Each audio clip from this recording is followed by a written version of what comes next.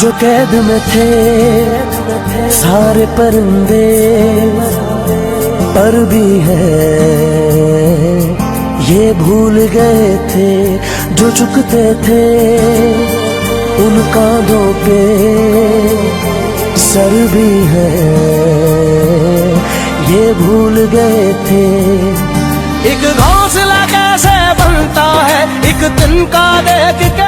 محسن اسلام حضرت امام حسین سے عقیدت اور وطن عزیز کے شہداء کے لیے بروس جاپان آف کمپنیز کے یوکیو ہشیہاتا اور ڈائریکٹر سید ریحان علی کی جانب سے مقامی شادی ہال میں وطن عزیز کے لیے اپنی جانوں کا نذرانہ پیش کرنے والے تمام فورسز کے شہداء، بالخصوص لسپیلا بلوچستان کے شہداء کو خراج تحسین و ایصال ثواب کے لیے دعائیہ تقریب کا انعقاد کیا گیا،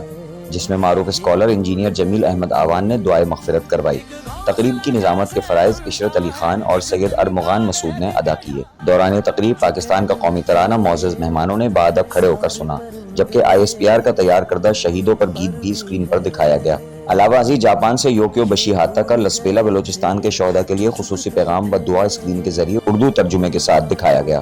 تقریب میں مقررین نے اپنے اپنے خطاب میں شہداء کی قربانیوں کو خراج تحسین پیش کیا۔ اس موقع پر بروس جاپان آف کمپنیز کے ڈائریکٹر سید ریحان علی نے افواج پاکستان کو خراج تحسین پیش کیا اور آنے والے تمام مہمانان کا شکریہ ادا کیا۔